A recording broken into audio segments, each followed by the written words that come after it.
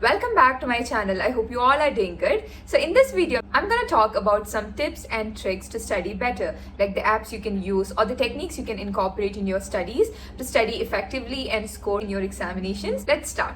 First and the most important step is to make a to-do list. So you can either make the to-do list in such a way that you write the time frame, like from 6 to 7 I'll be studying this topic or this subject. You can either make the to-do list like that, or else you can just jot down the topics you intend to study or the subjects you intend to study. So what works the best for you, follow that. There is some sort of accountability when you include time frames. Advantage of not including the time frame is that, so if I write down that tomorrow I need to complete all these tasks, till afternoon I didn't study anything, but there is a hope that the day is not over yet. I have another 12 hours, or like I can study from the afternoon till night and complete whatever was written in my to-do list. Method you think works, you can adopt that. Maybe you can start with a time framed to-do list, like you'll write tomorrow from this time to this time I'll study this subject or this topic, and from this time to this time I'll study this topic. Like that you can make a time frame, divide the task and set a to-do list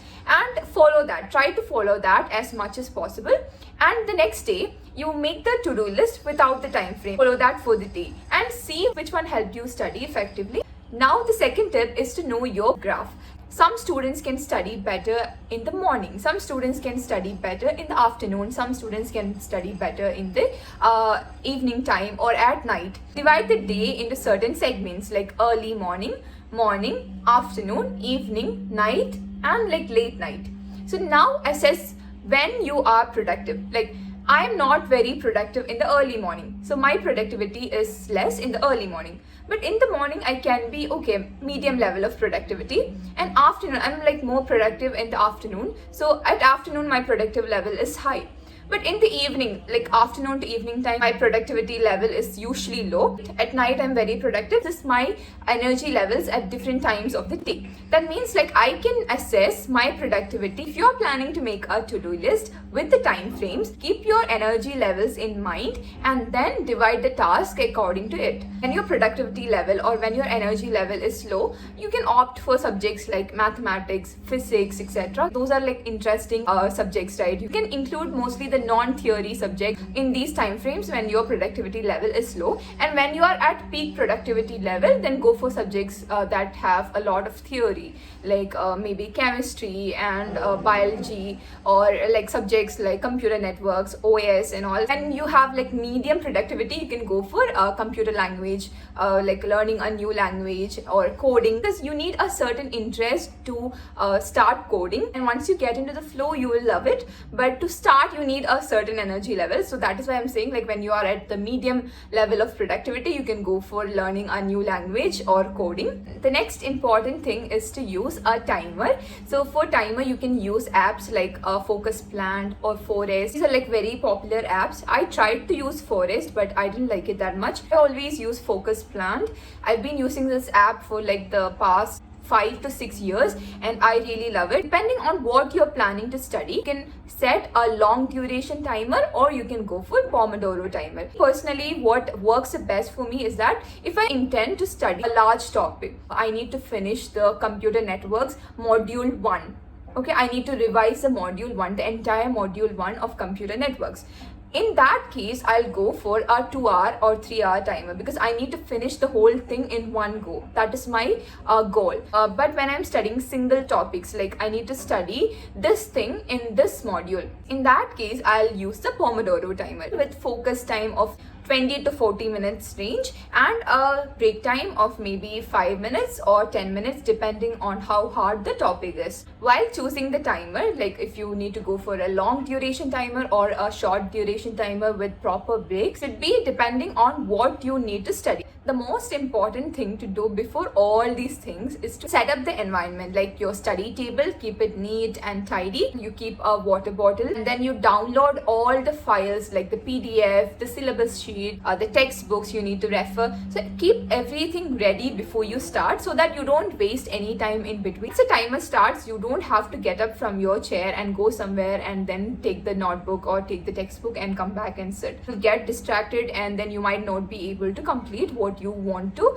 do within the time frame. If you're someone who studies from YouTube channels, you can keep a notebook to just write down the points. If you're following a YouTube playlist, then you can write down the video number before making the notes. While revising, if you have any doubts, then you can easily see the video number, go see the video once, and then come back and revise the later portions. This will help you save time and study effectively. And if you're learning math subject or like physics or subjects involving problems, solving problems, seeing a YouTube video, then it would be better if you write the question as well as the answer. Usually while noting down the math problems, we just write the values, right? We'll just stick to the numbers, right? Mostly we don't write the entire question.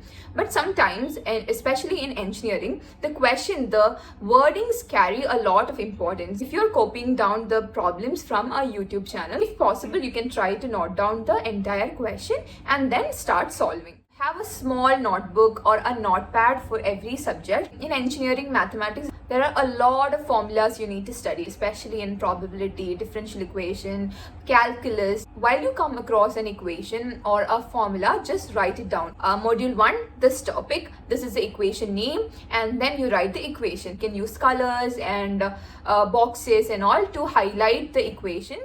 Another thing is that during examination time, from the morning till night, we'll be sitting on the chair, same environment, the same chair, the same table. Rather than that, when you are studying a theory subject, you can maybe go outside, take a walk and study. You can have the PDF on your phone or on your tablet. During my FAT examination and all, like from the morning till night, sitting at the same place and studying was not working out for me. I usually get out of the room and then walk in the corridors and study. So while doing this, make sure that you're not disturbing anyone else. If you don't like to walk and study, then maybe you can change the study setup or the environment. Maybe go outside and study. Go to a library and study. If you're someone who likes to study with your friends, like combined study, then you can go to your friend's room and study. Combined study or group study works for some people and it doesn't work at all for some other people. If you ask me, I can never ever study anything, not even a single equation, when I'm doing a group study or a combined study. I always study alone, and that is the only thing that works for me. There are students, I've seen many of my hostel mates, they used to go to a room and then they used to sit together and study, and it worked for them. I'm saying, like, if it works for you, you should do that. If it doesn't, don't feel like everyone is doing group study, I'll also go and do something with my friends. Don't do that. If you think it won't work for you, don't waste your time. And if it works, then well and good, you can follow that. Discussion and group study are two different things. Discussion is a phase that comes after you study a topic, right? So you discuss what you've studied. These are the things I didn't understand. These are the things I need more clarity about. So this is what is called discussion. So you can always do a discussion after you study on your own as well, right? Next crucial thing is to study smarter. Rather than trying to memorize each and every sentence in a textbook that you read, while studying, you should read everything that is written on the textbook, like under a specific topic. Read like 2 to 3 times.